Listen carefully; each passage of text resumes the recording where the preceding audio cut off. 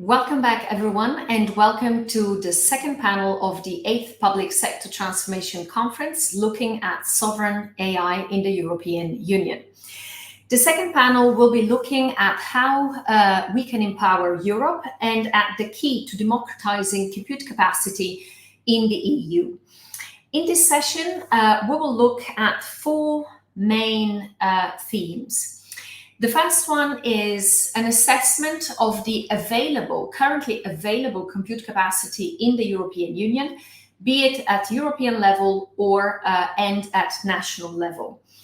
Secondly, we already heard from some of the previous interventions that AI can be powered by different types of infrastructure. It can be high-performance computing on-premise, or it can be in the cloud. So what is the role of these two technologies to power AI? We will touch again upon sovereignty. So we already touched a little bit upon this in the first panel, but nonetheless, we feel that this topic deserves to be digged a little bit further. And lastly, but certainly not least, we will look specifically at EuroHPC JU. What is the role of the JU to empower AI in the European Union, and what are the rules governing the capacity, access to the capacity that the EuroHPC JU has created? So with that, I would love to welcome to the stage our second set of very distinguished panelists. I would like to start with by inviting to the stage Gustav Kalbe, Acting Director, Digital Excellence and Science Infrastructure at DG Connect. Welcome, Gustav, and thank you so much for being with us today. We then have Declan Hughes, Secretary General, Department of Enterprise, Trade and Employment of the Government of Ireland. Welcome, Declan, and thank you for being with us. We then have Ana Bofill, ARA Coordinator, Ministry of Digital Transformation of Spain. Thank you, Ana, for being with us and for jumping in for Salvador, who is caught up in a presidency meeting. So appreciate you jumping in. We then have Per Öster, Director, Advanced Computing Facility, CSC IT Center, Science. And then last but not least, we have Iveta Lochowska, Chief Technologist, AI, Data and Supercomputing at HP. Welcome, Iveta. Thank you for being with us. All right, so as we discussed in the first panel, three main components: compute, data, and the algorithms. Before we go straight into the compute question, we heard from three member states. I could not, help but ask the Irish government and Spain and the Spanish presidency if you could briefly touch upon your national strategies, and in particular, there may be two things that I would love you to share with our audience today. So on the one hand, in Ireland, you launched the Enterprise Digital Advisory Forum and the AI Ambassador. And so maybe, Declan, if you could also touch a little bit upon that. And Ana, obviously the presidency has an enormous job with the AI Act currently in the final stages of the negotiations. But I would like to ask you if you could maybe share with the audience a little bit more about the regulatory sandboxes that Spain has recently announced. So I would hand it over to you.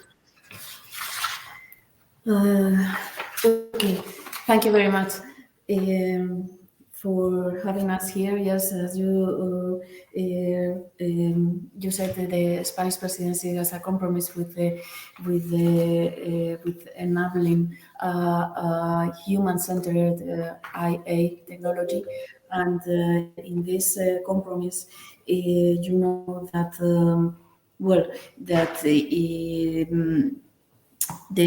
as AI could contribute very, very significantly to the development of the economy in Spain and also in Europe. There are also some risks that we have to assess, and Spain is playing a very active role in the discussion opening about the European regulation on AI. This regulation seeks to order the uses of this technology to limit the risks arising from it. And to fulfill this purpose, the regulation establishes a hierarchy of risks depending on the use of the technology and sets out a series of obligations. To this end, is distinguished between two main groups. On one hand, a number of AI systems specifically identified following the application of a risk analysis methodology and include them biometric identification system or critical infrastructure protection systems. And on the other hand, systems that correspond to products or safety components of products that are already covered by other legislation.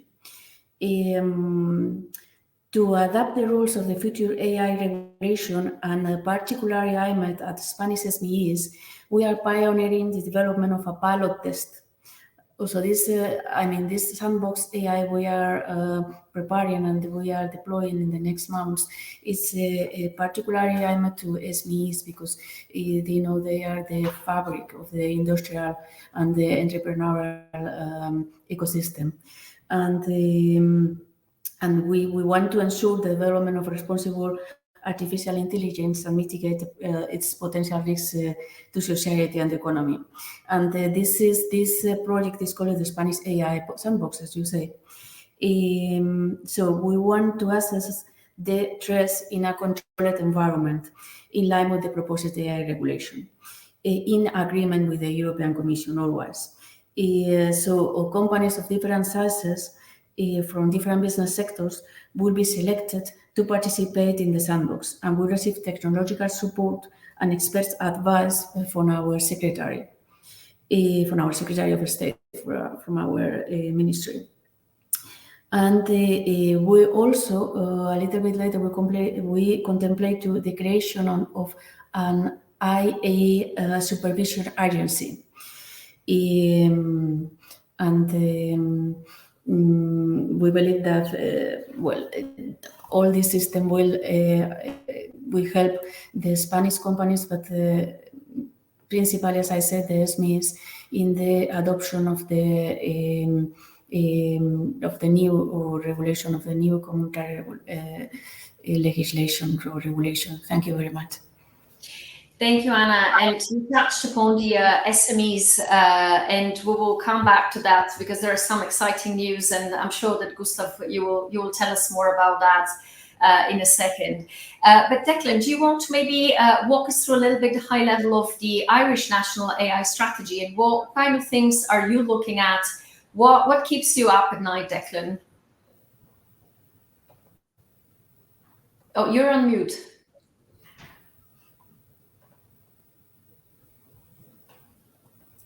Good morning, everybody, and good morning, Irina. Thank you very much for the invitation, and delighted to join you to discuss, I suppose, progress on the EU's digital decade and where we're at in terms of this continued evolution in terms of dealing with new technologies and new developments. And I think it's appropriate that we frame it in the context of the EU digital decade because we're continuously moving towards the 2030 targets, and we're dealing with AI now. Who knows what we'll be dealing with in the next couple of years. But I think what we can draw on is, a little bit like Ana mentioned in relation to take up, and particularly for SMEs, is just a significant progress that is being made around digitalization right across Europe. But I suppose I can talk particularly about Ireland. I think COVID was a particular stimulus to digitalization, and it really gave a spurt to the changing of business models that are so essential that we capture all the benefits of digitalization, both in the public and the private sector. And I see it in both areas. So in the private sector and in the business community, certainly we've seen an acceleration of SMEs that are, for example, that are trading online, that are digitally literate, and also that are investing in, that are now generating sales through online e-commerce, etc., but also that are investing in ICT training for their employees. And that's hugely important that we focus on skills development so that the workforce of today have the skills that they need to make the best use of all the technologies in both their own lives, but also in work. but also that we have the aptitudes and we have the skills that are needed for the future. So in particular, I'd highlight in Ireland just the take-up of cloud computing. We're approaching 50% of businesses now that are using cloud services, and that's come from a very low base 5 years ago, but COVID has certainly accelerated that as businesses have moved online. They recognize what they need. But also linked to that is also the acceleration in the use of big data. Now about a quarter of firms who are adept and using big data for either their supply chain management, customer relationship management, and all of that. So, and I think we're really still at the start of that journey, both in the private sector and also in the public sector. And the public sector has had to adjust significantly due to COVID, due to changes in blended working, remote working, providing services. We have now got all of our public services to businesses online and fully available, everything from revenue, etc., as most other countries are. We're making significant progress on the citizen side as well. But that has links then to how do we structure and how do we provide those services, and what computing capacity, etc., is needed, and we'll come to that later. But of course, in the context of AI, now we've got a whole new set of challenges around governance and awareness and understanding of the potential and the use of AI, both in the public and in the private sector. We're seeing it particularly right across the public sector. I can say that I can see it in terms of automation, robotic automation, and dealing with all the dull tasks and taking those out. And certainly the public sector is very adept on the adoption side there, and we can talk about that later. But I think where our own national strategy, which we published in 2021, which is called AI for Good, was very focused on was ensuring that it's a human-centric approach to the adoption and the rollout of AI, and that we also are clear in terms of what it means for individuals and for society and for businesses and how it should be used. So hence why the significant focus now on understanding what the implications and the potential of AI, but also ensuring that we have appropriate guidelines, guardrails, and an ethical approach to the use of AI. A lot of work being done at European level, and Barry O'Sullivan, an Irish academic, is chairing the EU group, expert group on that. And we set up I suppose, just to think about it from a policy and institutional perspective, we appointed an AI ambassador who is a leader from industry, Patricia Scanlon, who's using AI to help in terms of for children with speech and language challenges, and very credible.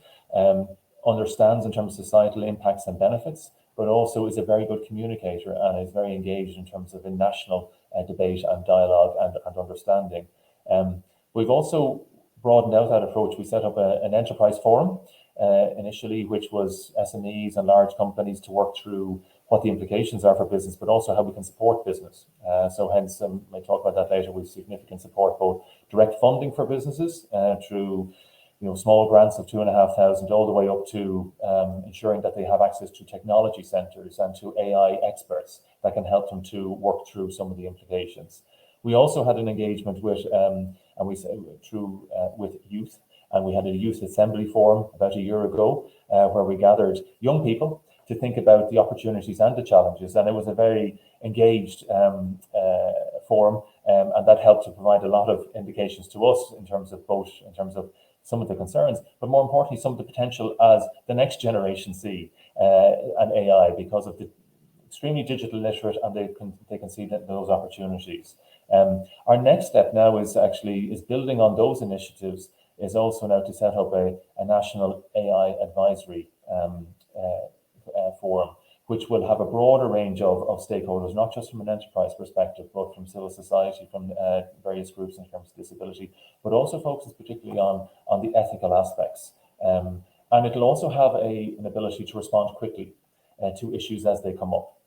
So this advisory forum will have the capacity, hopefully, to deal with issues, set up subgroups, and then to respond quickly on issues that may come up either in terms of in public discourse or at the request of government or of ministers or others. So essentially what we're really trying to do, Irina, is to ensure that we have a very engaged ecosystem that's available and can continue to respond to the issues that are coming up in terms of both the potential of AI, but also in terms of those challenges which are arising or are coming to light, and that's all working within the context of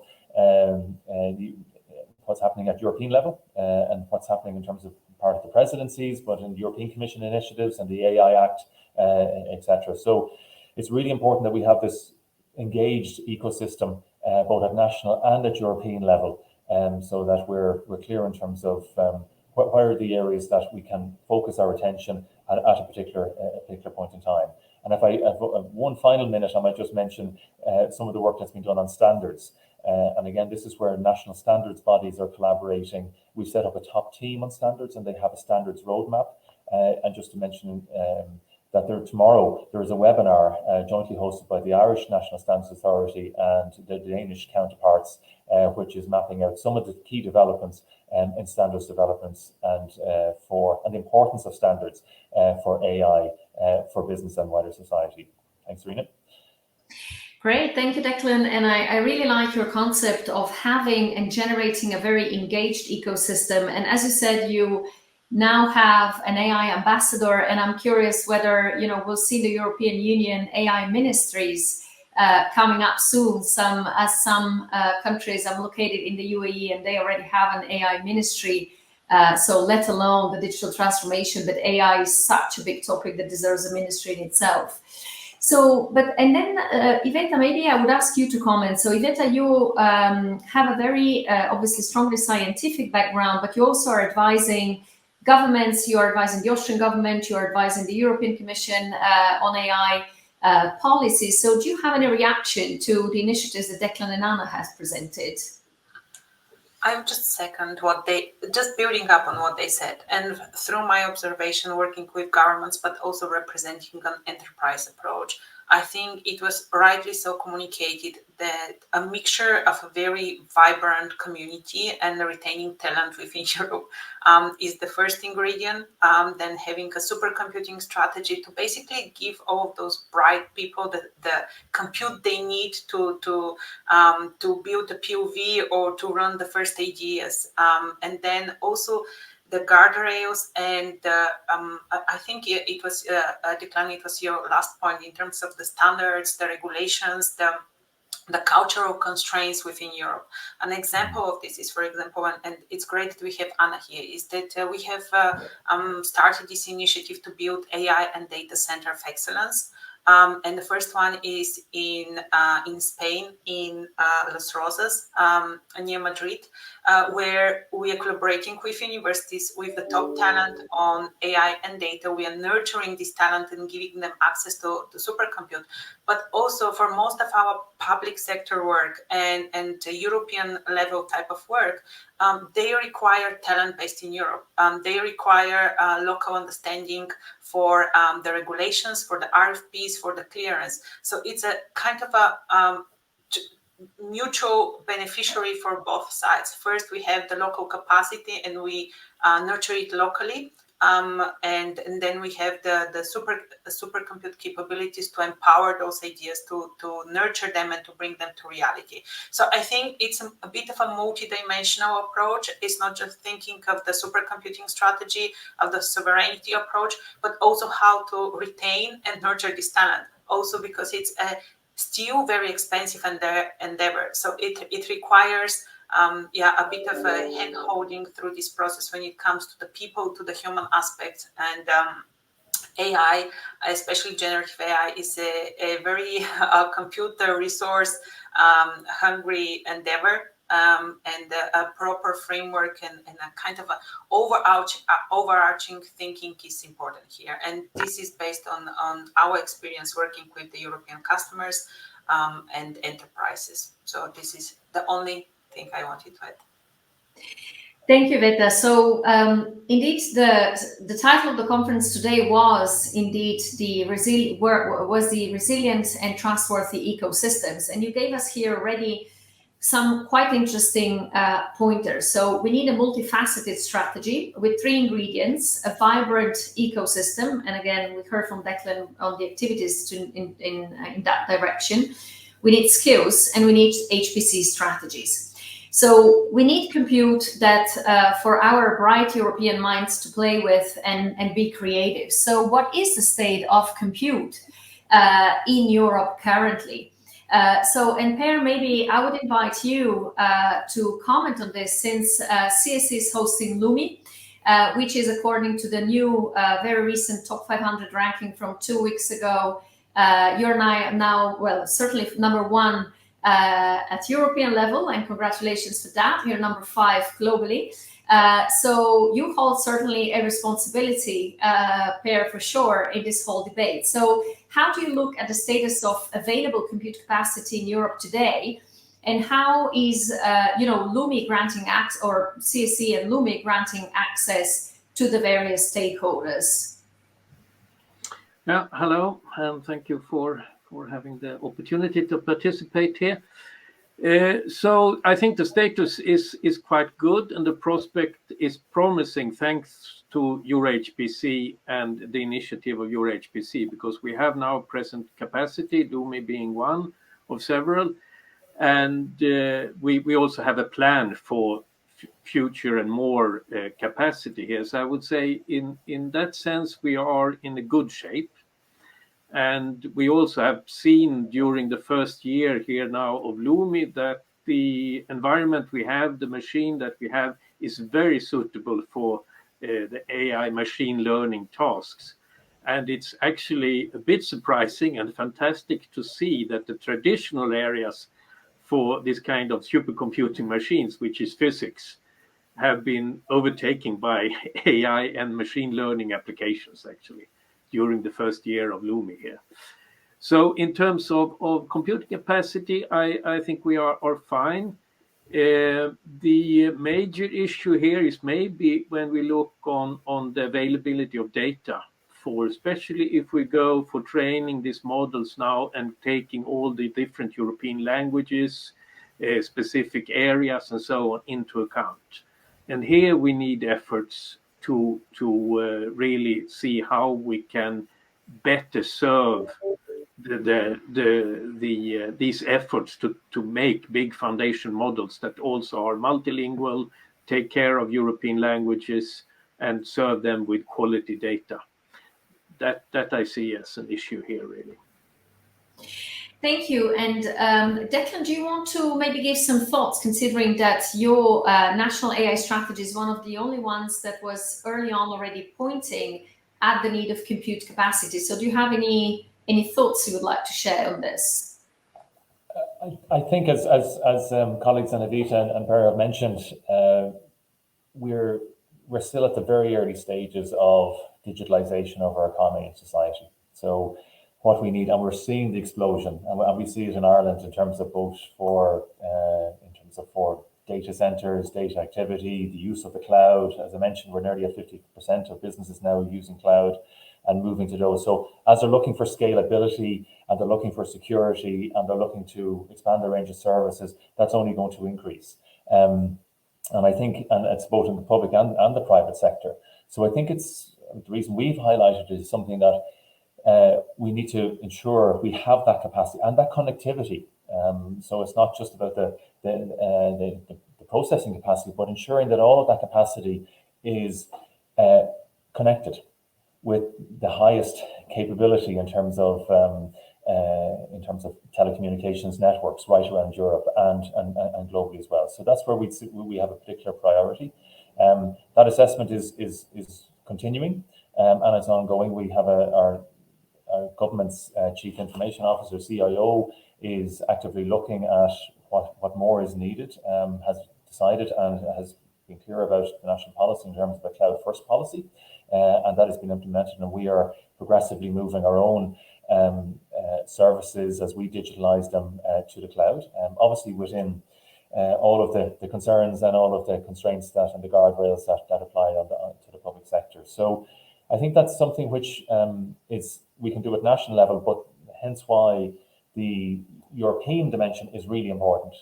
So our National Centre for High Performance Computing is linked into Euro HPC. And I think the initiative last week from the Commission specifically to encourage and to open up high performance computing to the enterprise sector and to SMEs and startups in particular, I think would be significant, particularly around the AI grand challenges for Europe. I think that will hopefully crowd in the innovative startups and enterprises into engaging as part of the research ecosystem, as part of the policy system to addressing some of those issues. And that's where I think we're going to see increased demand and increased need for investment in our computing capacity. We've also just recently published a new strategy on quantum computing. And again, there is going to be significant increase in capacity needed both at national level as well as that interconnectivity right across Europe. And it's fantastic that we have such facilities as PERS in terms of which are already among the most powerful and well regarded.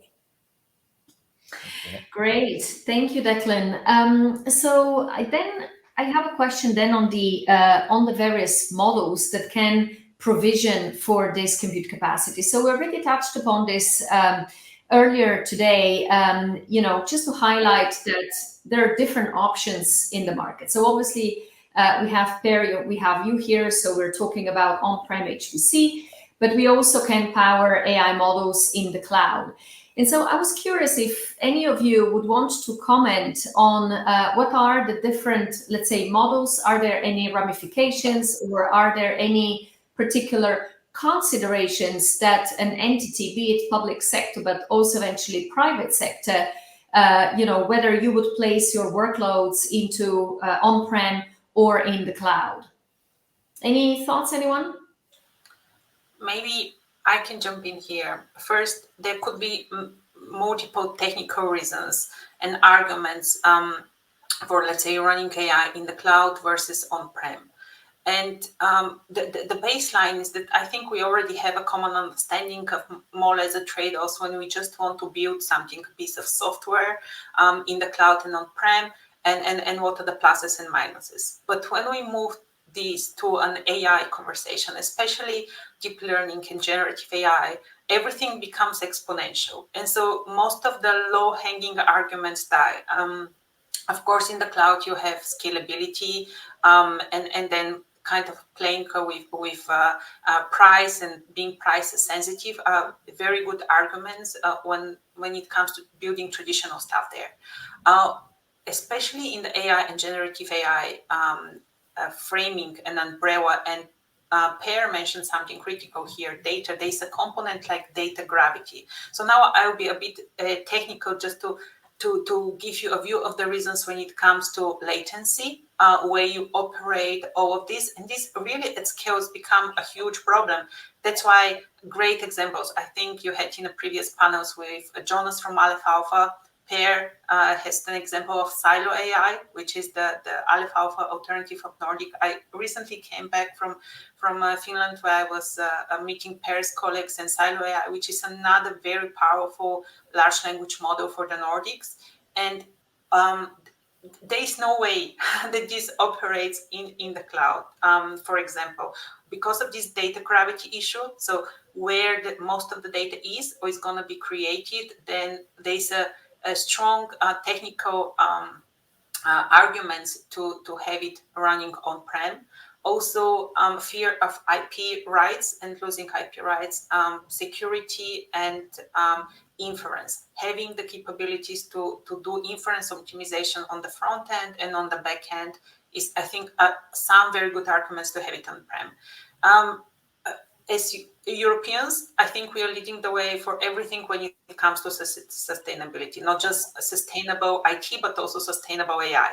And those algorithms tend to be very data hungry and compute hungry and energy hungry. So I think there's a lot more control when things turn into scale, to have the sustainability in mind, and you have more power when it comes to deciding where you're operating your data center, with what kind of energy, I'm sure Per has a lot to say on this topic, but those are just a few critical moments when we are taking this decision where I see a lot more arguments to have on-prem supercomputers or kind of a hybrid setup when it comes to the extreme scale of the AI needs.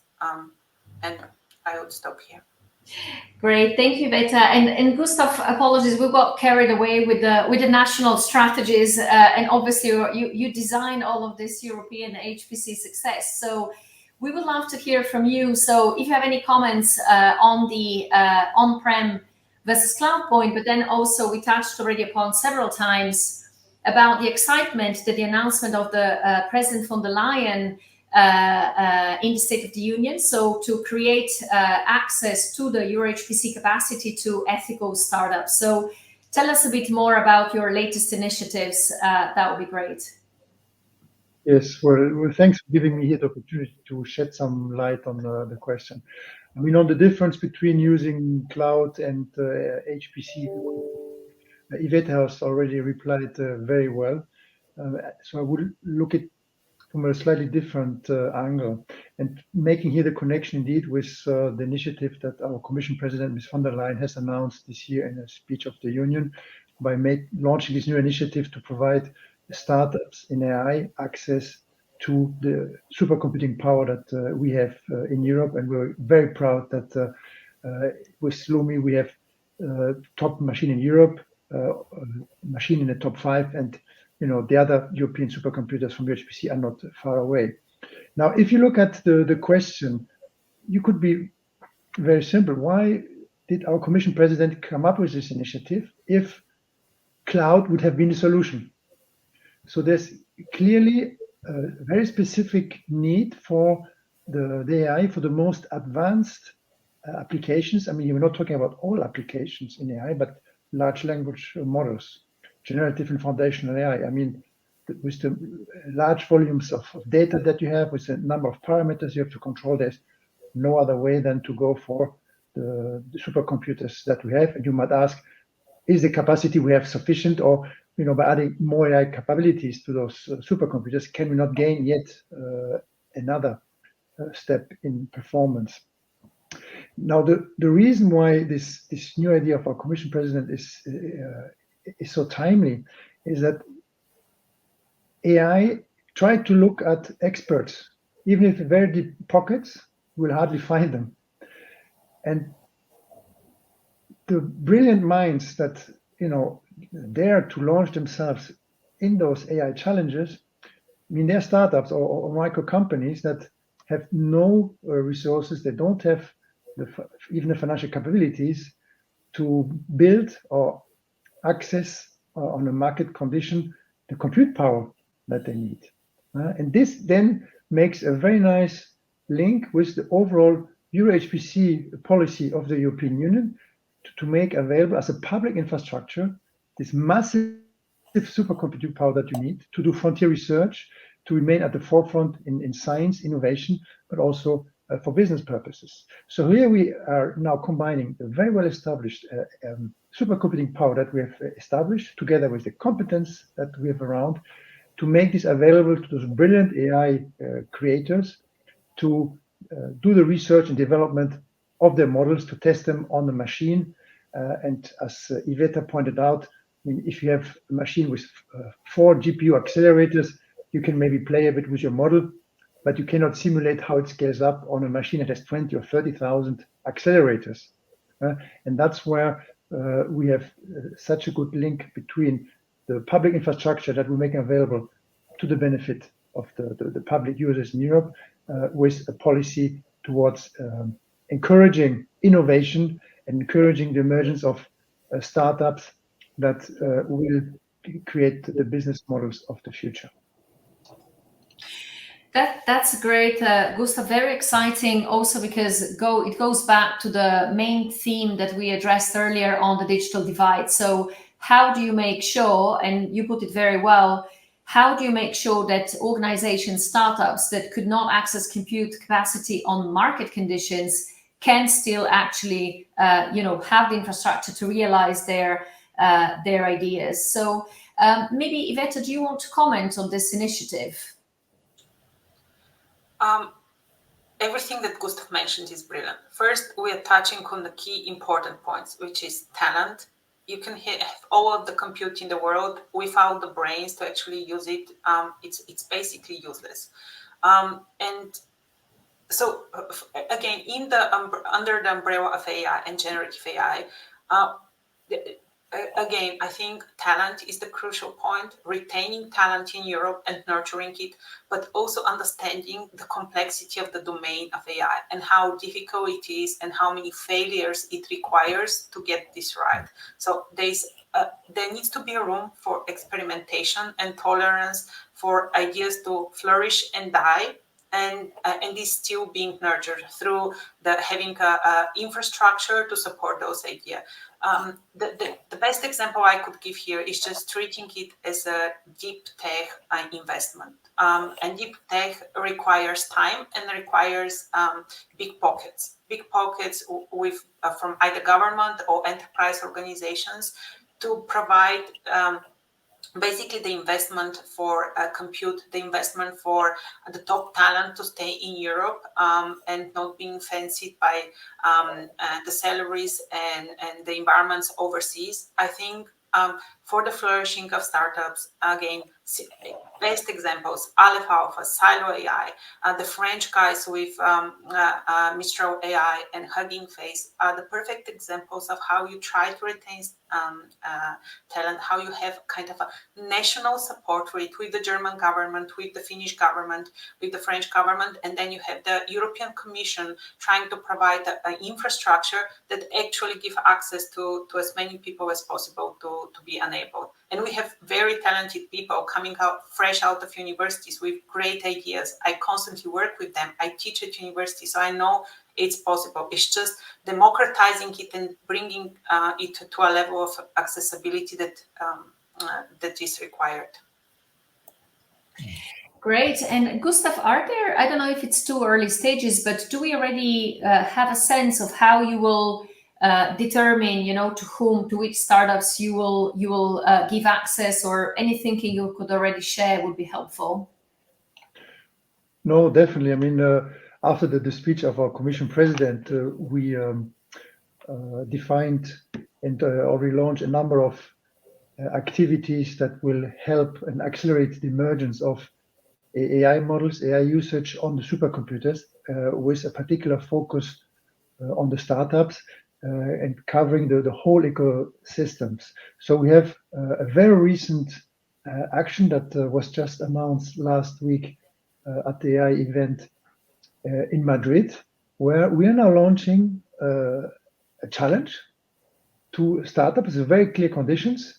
And the best model will get access to, I think it's 4 million core hours on Lumi or on Leonardo in Bologna to really incentivize and motivate the existing startups to showcase what they can do and give them the opportunity to scale their models. Now, this is a very nice short-term approach that we can implement very quickly because the startups exist, because supercomputing exists. But in the mid and long term, if you really want to build the ecosystem, this is complemented by a number of measures. One is talent and know-how. We really need to help the community of be it AI programmers, be it AI users, to ensure the models, applications are really made in a way that they can take full advantage of the supercomputers. So we are launching still at the end of the year the creation of a European Support Center for AI on HPC, building on the pockets of knowledge, of competence that we have on the specialists that know how to run AI, large models, on the supercomputers. We're also opening up a dedicated track for access on the UHPC supercomputers. I mean, we already have different access modes like experimental access, like running the very large physical models. We're now going to introduce a dedicated access mode just for large AI applications, so that beyond the challenge we just launched with the startups, even beyond the startups, for other actors, they can request access to the supercomputers for their AI problems have a certain reserved time for it that has been set aside, but also benefit from the local presence, from the local competence to help them run and train their models. This, of course, is just some of the actions. Will be, of course, investing in the fundamentals of programming supercomputers for AI. We also realized, as Per already indicated, that when we designed and procured the current UHPC supercomputers, they were designed not having in mind so much an AI focus. Of course, the supercomputers that we now have are very good at running AI models, and we've seen very good examples in Leonardo. We see daily very good examples in LUMI. But the question is, how can we now upgrade those supercomputers to make them much more AI ready? And here, in a couple of years, or maybe much earlier, we'll not say anymore that LUMI is number 5 in the world. Maybe we'll say LUMI is number 1 in the world for running large AI problems. The current ranking is done on a synthetic measure, which has no practical value. And if now we optimize the machines and take as a reference a very special AI problem, maybe LUMI is the best computer in the world for that. The problem we now have is that there's no agreed benchmark to measure the power of an AI algorithm. So we cannot make that comparison yet, but this is where we get that in some time with the various activities that we have in combining our AI strategy and policy in the European Union together with the HPC, because one without the other cannot work. We have certain AI that doesn't need supercomputing. We have supercomputing that is not AI, but the two are not possible one without the other. Thank you, Gustav. And so looking at how much you're doing indeed towards democratization of compute, I think it will be very interesting to see whether other regions of the world will actually follow this European model to provide publicly funded compute capacity to their excellencies. So I think it's going to be quite interesting and good that the Commission took such good care in very early stages to go into this direction. Maybe I don't know, Per, did you want to comment on the previous point?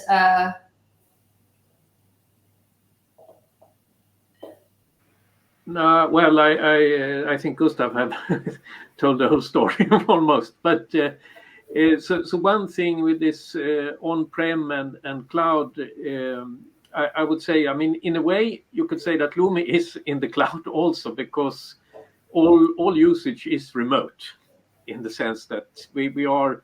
So it's with the European Commission and enterprise together with a consortium of 10 countries here that are using it. And I mean, we are hosting the system at CSC, but it's really used remotely. All usage is remotely from other organizations. But I think, and that in that sense, the supercomputers here are absolutely necessary for creating the foundation models and that training. But of course, then we can see that applications that fall out of this, where the, so to say, the downstream models of this turn into services, that can be very suitable to run in the cloud, where you just need the capacity for the, so to say, moment when you need it. And that is another type of environment maybe that you need for that. And that development also need to be looked into, yes, for providing the services following out of the creation of the foundation models. Yeah. Interesting. Thank you for this additional observation.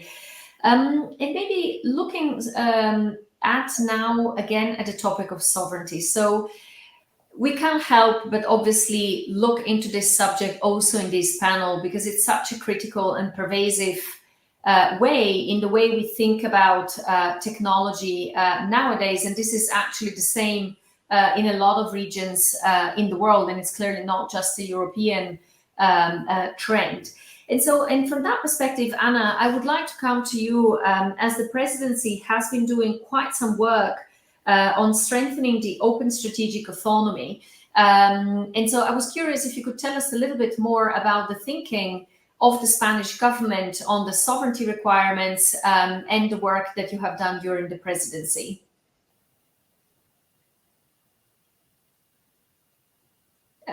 I think you're on mute. Yeah, thank you. Thank you, Lorena. As you know, sovereignty is one of the big issues in all these technologies, and for stressing that or securing that we are first of all, from the regulation point of view, we trying to ensure the security of the Spanish technologies and in the European Union, and it's a difficult equilibrium, if you want, between the opportunity or the need to be open to other countries and to other technologies and scientific advances, and on the other side to keep our technology safe. I mean, and to keep our sovereignty, to keep us as a leader and controlling what we can do with our technologies. It's difficult. It's a big field for discussion, I guess. And we were just yesterday. We got here a conference on quantum technologies, and we've got an extensive discussion about that, because there are some voices calling for more no borders for technologies, no border for scientific research, and to have a common field in basic research. But we also know that there are some issues that we can't allow to go out of our frontiers, and we have to keep an eye what we are doing, and we are when we are working and to strict. I mean, because some researchers have other opinion of this issue, and they maybe want to work more openly with China or with I don't know, other countries, USA, and it's a fact that the USA is asking us for collaboration in some fields that, indeed, in the quantum field, that we are not. Well, it's a little bit a lucky surprise, I would say, but we still have to be very aware of the issues on our sovereignty, and to keep our technology safe, and if I may say, if I dare to say, to be a little bit egoistic with this thing. I mean, in order to keep our sovereignty in the same way, we want to be sure that our patents are, that we have a right or an easy way to patent our knowledge and our advances. And in that sense, our new quantum strategy will also put in place a faster way to patent advances in this field. But we are very aware that we need to cooperate and to combine these efforts with the European Union efforts. So this is a central discussion, a very important one, a very deep one, I would say. And I'm afraid it's not close. I mean, there are different views on that, and we have to keep in mind all these challenges. Thank you. Thank you, Anna. And I think you put it really well on the challenge on how we strike the balance between, as you put it, keeping technology safe and remain open and allow scientific advancements. And so I'm curious if anybody else on the panel would like to comment on this topic, because I think it's a notion that pretty much every type of organization is struggling with. And so curious if you would have any further comments. I think maybe Irina Declan here. I might just comment that we've probably got to a certain stage in the use of AI, as I mentioned, in terms of the dull and the day-to-day tasks. But we're now really getting into understanding the significant potential of AI has for transforming our education, healthcare, enterprise engagement, and solving some of those more complex problems. So as we move up the complexity curve, I think that's where this engagement between the scientific community, enterprise, and the public sector is really important. And that the engagement through national advisory groups and other groups can only be very helpful. One particular initiative I'd highlight in that context is our national European Digital Innovation Hub for AI. And again, thanks to the Commission for the designation, which is our national centre in data analytics in University College Dublin. So that has been designated now as a national support for first, as almost a gateway, or a first engagement for the public sector and for enterprises in terms of to help on understanding the complexity, those more complex problems, but also taking them through in terms of how best to resolve those. And the fantastic thing about CEDAR is that it's also, of course, linked into European HPC network and the capacity that's there. So as we deal with these more complex problems and need that capacity, that we've access to that for both the public sector and for the private sector. And a further initiative is that the public sector in Ireland, as part of our approach to the adoption and the rollout and use of AI, will have also access to research teams and to dedicated researchers at PhD level from our Science Foundation Ireland. So again, it's trying to integrate the research and scientific community into those significant national public administration problems and public service problems and how best to solve them, but also as a resource for sharing and for upskilling in the enterprise sector.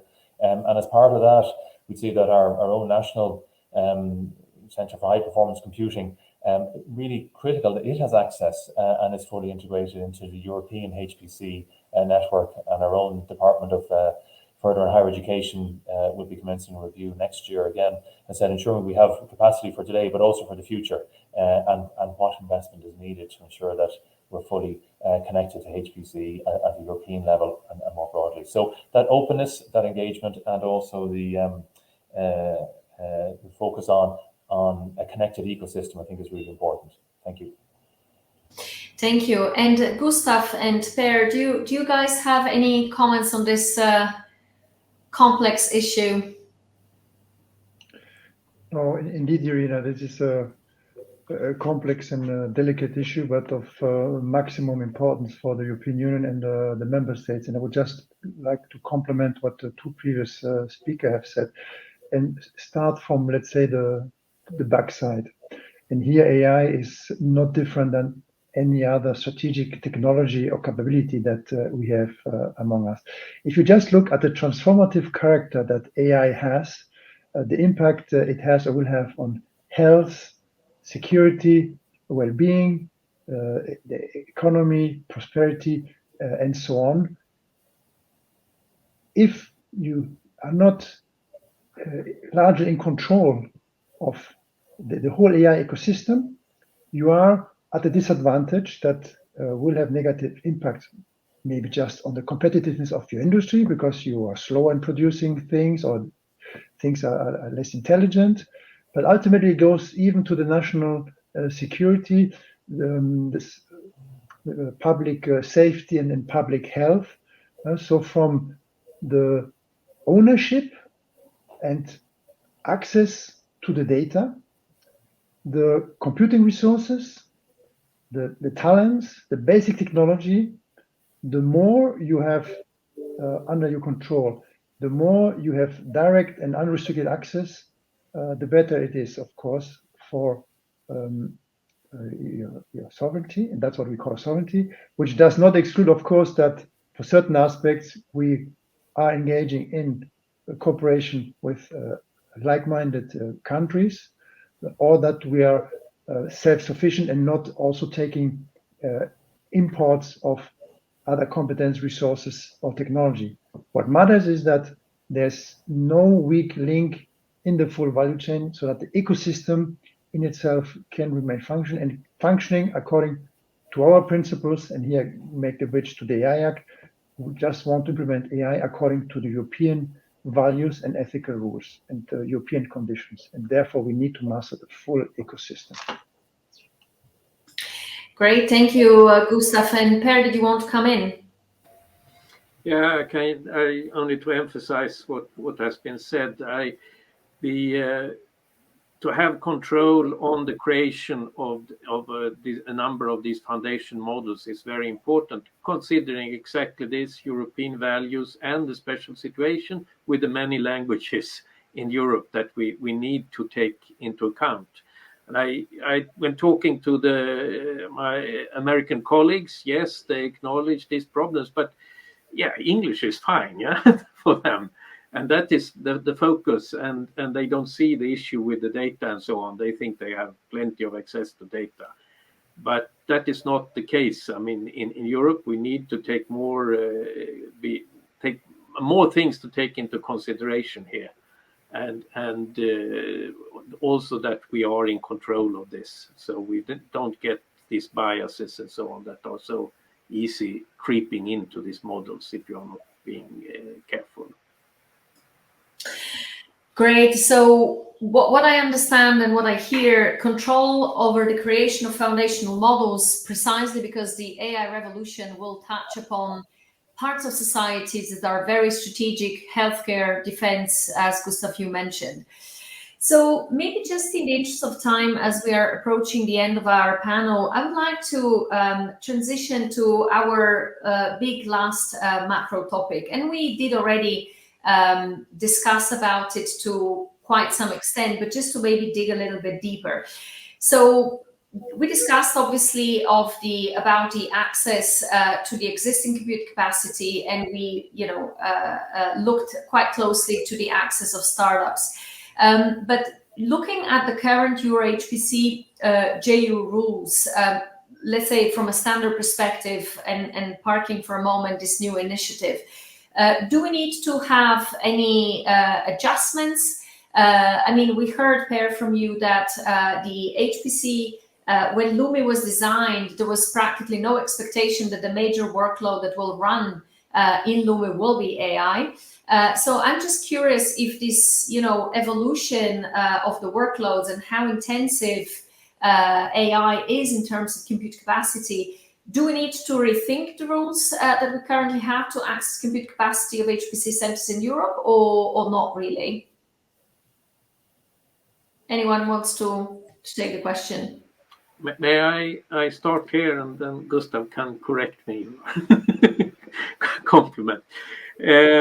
What I see, I mean, the present system for accessing this system is based on excellence of science. I mean, researchers, companies can apply for getting access to the EuroHPC resources that are now all over Europe, and it's basically based on the excellence of their projects. And that is working fine. It is the way we usually do this. And but what I see and is as a demand here also is that larger initiatives, research collaborations, research infrastructures, and so on, ask for more strategic allocations during long time, knowing that they have access to something for a longer period, maybe several years. And that has been reluctance to do this. We have done it for some. It's been done, provided by the Commission or your EuroHPC JU, for example, for Destination Earth, where we are also supporting in LUMI. Because if you do these strategic allocations, you pre-allocate for long time the systems, and you so say there is very little agility to take on things. But maybe as we get more systems online and more capacity, maybe this is something I think one should think of, allocating, having more of these strategic allocations for specific task, so to say. Then that maybe Gustav want to comment on this, but that's my. Gustav, any thoughts? No, indeed. I mean, Per is absolutely right. I mean, we have an access policy at the UHPC that was agreed with all the participating states in UHPC and the Commission. This was done at a situation which I wouldn't say is now obsolete, but was done at a time where we did not have this specific access needs on the large AI models. And as this year, I mean, we have seen now more and more demand from this very dynamic, in particular startup company in AI. They experience the difficulties of a system that was not foreseen for their specific usage needs. So that's why we are now at the UHPC joint undertaking, overhauling the access policy to first include a dedicated fraction of the time only for large AI users that are not compared with cosmology or weather and climate or other foundational science based on excellence, but looking at what is the best AI model. So that's where we're protecting and taking some part of the access time just for the AI so that there's no unfair competition. The other thing we need to probably to review is then how the effective access is provided. I mean, maybe for a physicist, the way he needs the computing capacity when it's granted looks different from an AI user that might need more longer periods or more repetitive access. I mean, these are not the very practical questions that we discover as the demand is rising. And our difficulty there also is we are somehow victims of our success, and the supercomputers are overbooked. So we keep adding capacity across Europe, and we're now actively thinking how we can enlarge the AI capabilities of the existing machines by adding more racks. But this, I trust, will solve the problem, at least temporarily, but then we'll again hopefully be victim of our success and have an overbooking and keep building and upgrading the infrastructure as we've been doing since the launch in 2018.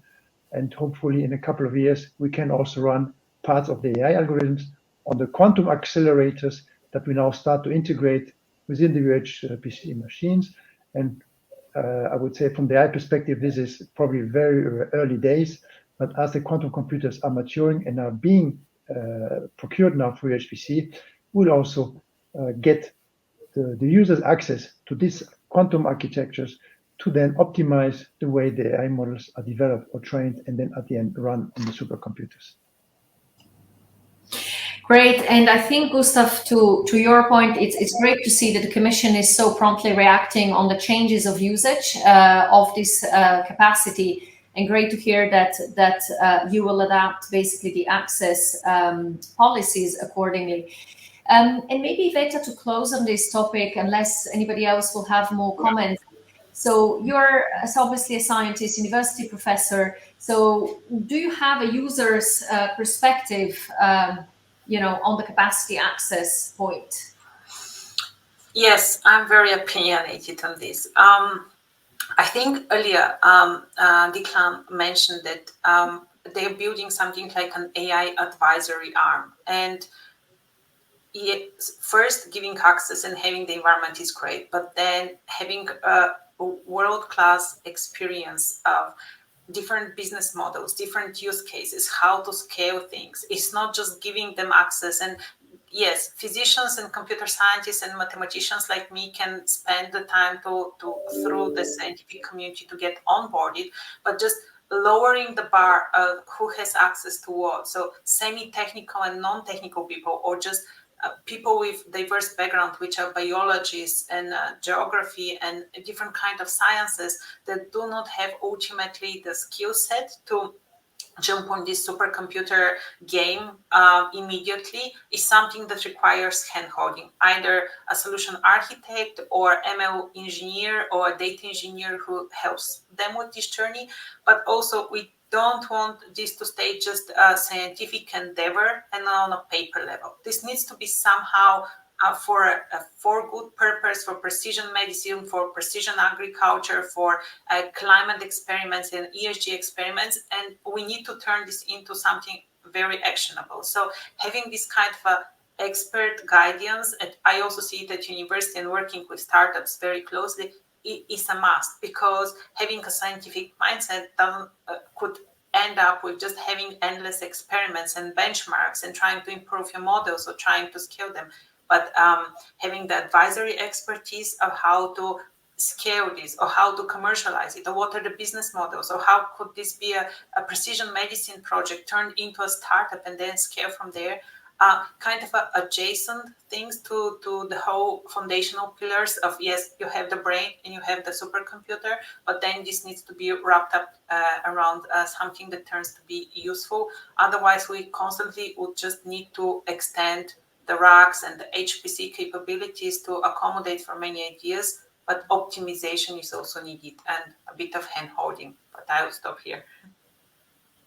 I see Per and Gustav smiling, so yeah, I must make a short comment on this, because you are very much right here, because the traditional way of using supercomputers is quite cumbersome. I mean, there are, as you say, physicists, mathematicians are used to the command line interface that are usually there.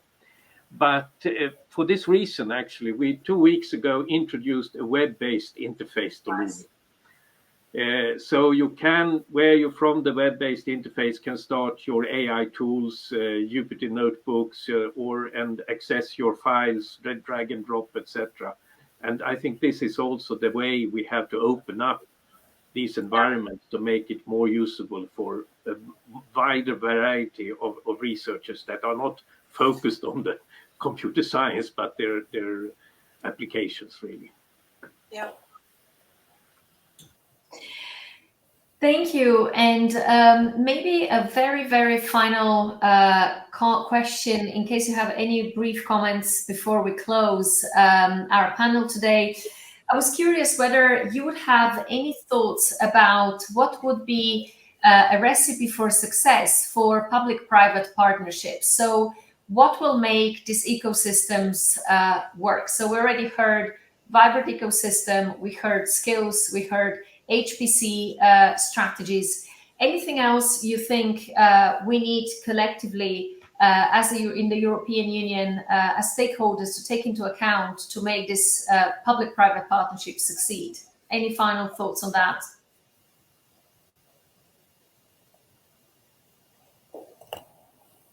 Maybe just something for me. I think that the last conversation has really summed up for me in terms of just that, we're entering a very different phase now in terms of the potentialities for our capacity and for what we need and from HPC and how it can contribute to transformation of the economy and society, particularly as we face the two transitions of digitalization and green, and which we haven't really talked about in climate, but that has really come through. I think what would be really powerful is using those principles in terms of around optimization, in terms of access, in terms of, in a way, the facilitated engagement between the public and private sector. We know what the big policy challenges are, and I think having a small number of use cases which are really complex and sort of say, big knotty problems, whether it's in healthcare or education or indeed defence and security for other colleagues, in terms of productivity growth, etc. So a small number of use cases where we could focus, I think would be particularly helpful, and it would help to demonstrate in terms of how we can respond to demand and ensure that we do have an open and collaborative environment. So I leave it there. I won't suggest them, but maybe there's that idea of a small number of use cases which would be very powerful in terms of demonstrating to business, but also to society about the potential and the use which we can apply, as we call it, AI for good. Great, thank you, Declan. And indeed, and also this conference, and the reason why we wanted to dedicate this 8th Public Sector Conference to sovereign AI in public sector. So we did this knowingly, that this is in a very, very early stages of AI adoption. However, we also noted from one of our keynoters that there has been an incredible acceleration over the last months. And we hope that also this conference could have offered a small contribution to the public debate, on usage of AI in public sector. So with that, I would like to warmly thank all of you again. You equally did a fantastic job in helping our audience today understanding better some of these critical, questions. And again, Gustav, I think we really celebrate the initiative of the Commission to democratize access to compute capacity. And we believe that this kind of initiatives will play a tremendous role in making sure that we don't create in our societies yet a next AI divide between GPU poor and GPU rich. With that, I would like again to thank you so much. And to our audience, I would like to thank you for being with us today, for having joined the 8th Public Sector Transformation Conference. We do hope that you have found this session informative, that it helped you think about some of the critical aspects of the AI ecosystem that maybe are slightly less talked about than the more mainstream topics. And we hope that we will see you all next year at the 9th Public Sector Transformation Conference. Thank you all.